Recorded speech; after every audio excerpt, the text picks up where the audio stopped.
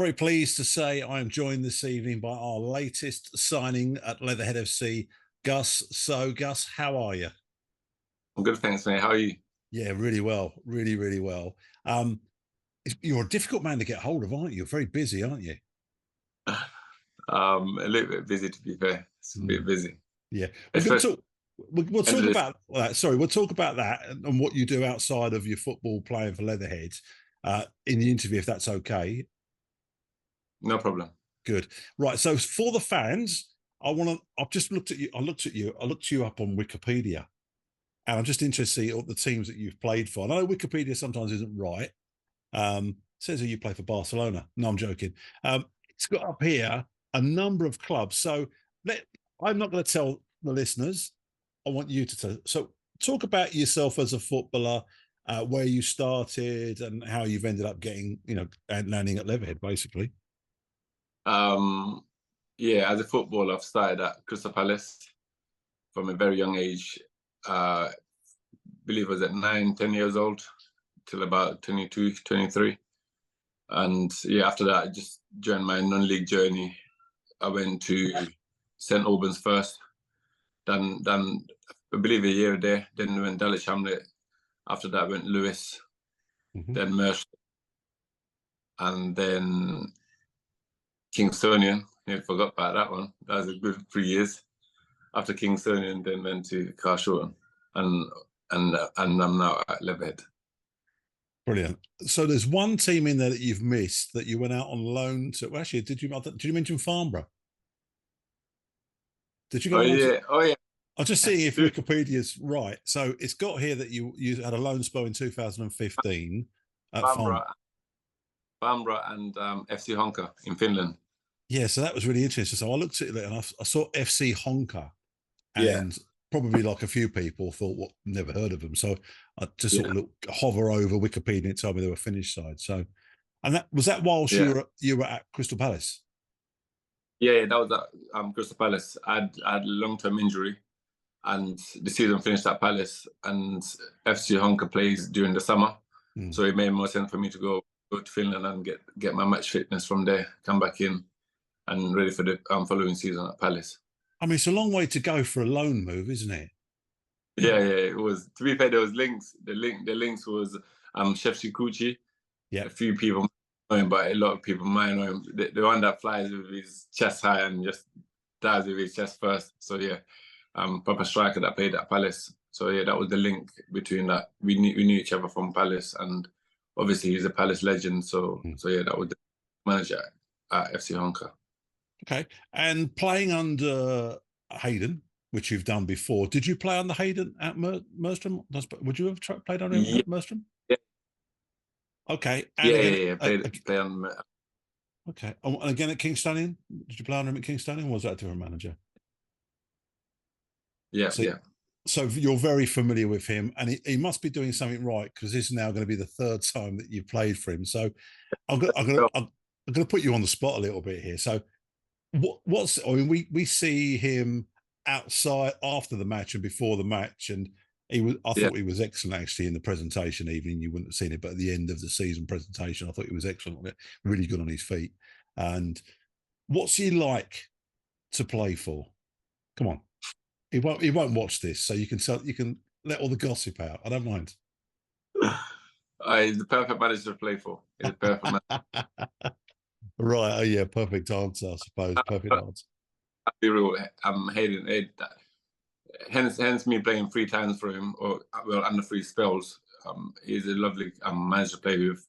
His idea of football was literally what I grew up doing. So yeah, Hayden's ledge.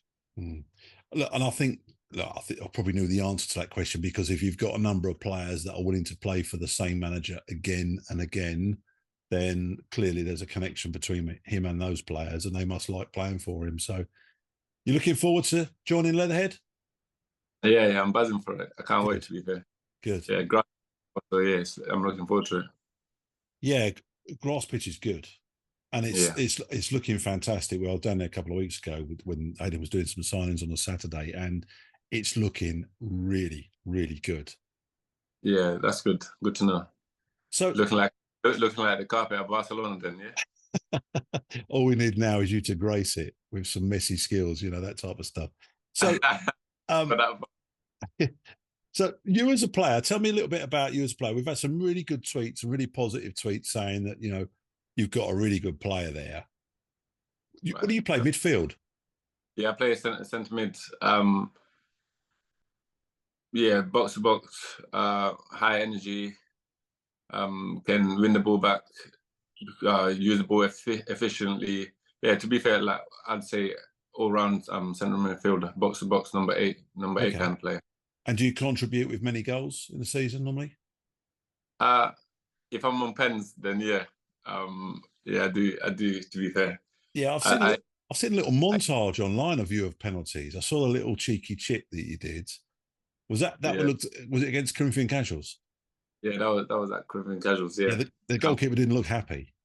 To be fair, funny enough, we played together last year at Carl Shorten. Yeah, quite interesting taking pens during training. Did he know what you were going to do? As you can tell, he was definitely standing still. Just in case you did it again. Yeah, he didn't look happy. He didn't look happy at all after that one.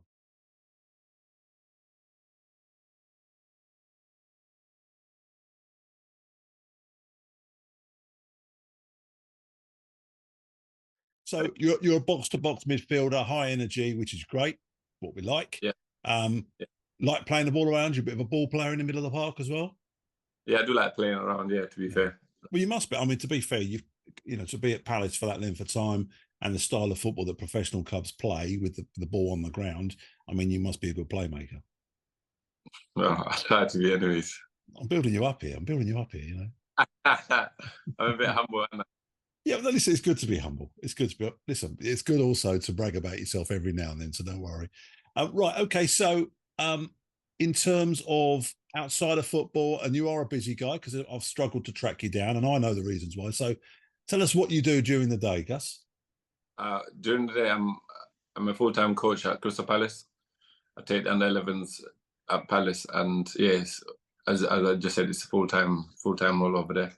So it's literally busy training, doing admin work, doing Premier League kind of stuff, going on courses. Yeah, doing quite a lot, getting my coaching badges up. So yeah, it's quite a hectic schedule, to be fair. And there's nice facilities over there, isn't it? A new one. Oh yeah, it's brilliant. Yeah, I've been there. You have a chance? Yeah. Oh, you've been there? Yeah. My lad played there beginning of last year against the under-18s. So yeah, we were.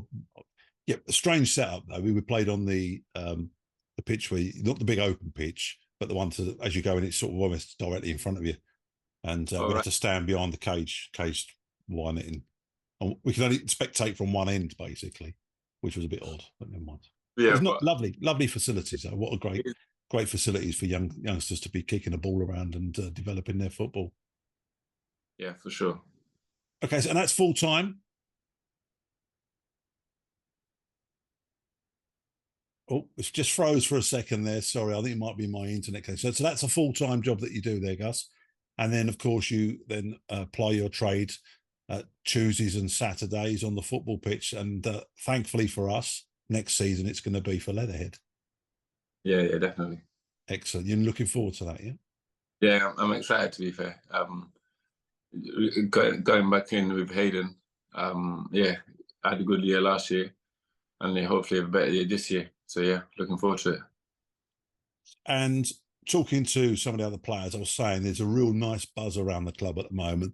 There's a lot of that togetherness, sort of where the club is being pulled together, and Hayden's very keen to do that, and hence why he's been saying that I want you to do these interviews with the players, make sure they respond to you, so make sure they're doing it because I want it for the fans. And I think it's been brilliant, and we've had some really, really good positive comments about the fact that we're actually getting an opportunity to get the players in front of camera and have a chat. Yeah.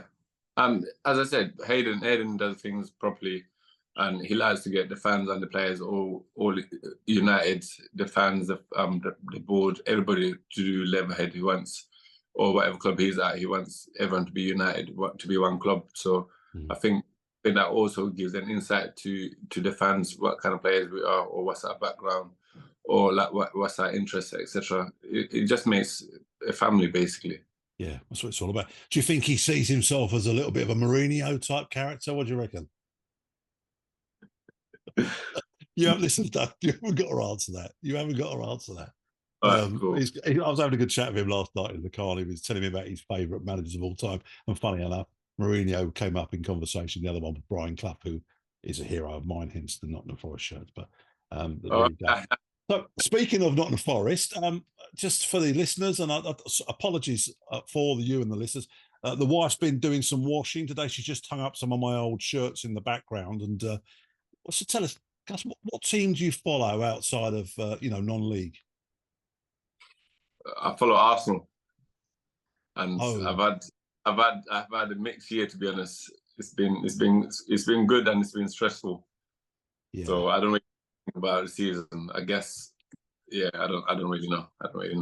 Well, I said to Ollie when I interviewed him, and he told me he was an Arsenal fan. If you're going to come second, I mean, let's face it, you've come second to the best team on the planet, quite frankly, and they've proved that at the weekend, obviously with their win. Winning the European Cup, which incidentally, for those that don't know, and you're quite young, Gus, Man City have only won it once, and it took them £2 billion, by the way, whereas Nottingham Forest have won it twice. I don't know if you know that. It was a couple of years ago, I grant you, 1979 and 1980, but we've won it twice. We've still got one more than them, all right? And and of course 2 more than Arsenal, but we won't go into that, all right? So you're an Arsenal fan. Yeah, you better. So my brother's an Arsenal fan. I'll give him loads of stick as well, especially when we beat you and we quash all of your hopes of trying to win the Premiership at the City Ground. But I'll be honest with you, whether we'd beaten you that week or someone else had, it was all over. Let's face it, Man City weren't going to lose, were they? Nah. And by the way, yeah, just come to us when you go the whole season unbeaten, okay? Well, funny you say that. The Invincible team, and this is another fact, okay? Who do you think, whose record did you beat when you went through that Invincible year? Don't tell me it's Forest. Yep. You beat the Forest record. Yeah. Believe it or not. Yeah, you beat the Forest. You beat the record that Nottingham Forest held. Wow. So yeah, you took it over. So that's how long it took for someone to do that. But look, I like Arsenal. I was there a couple of years ago when you beat us 5-0. That was a long journey home. Trust me, that was a long journey home from North London to Surrey, where I live. Especially with my brother with his big grin ear to ear because he just put 5 past us. So I have to grab every little bit of glory I can. You see, Gus. was he in the home end as well? Well, the Arsenal end. We were in sort of on the halfway line, high up in the clouds. I mean, it's quite a big stadium, isn't it? The new one. And we were up there. Good view though. Good. I saw the whole pitch, and yeah, it was great. There you go.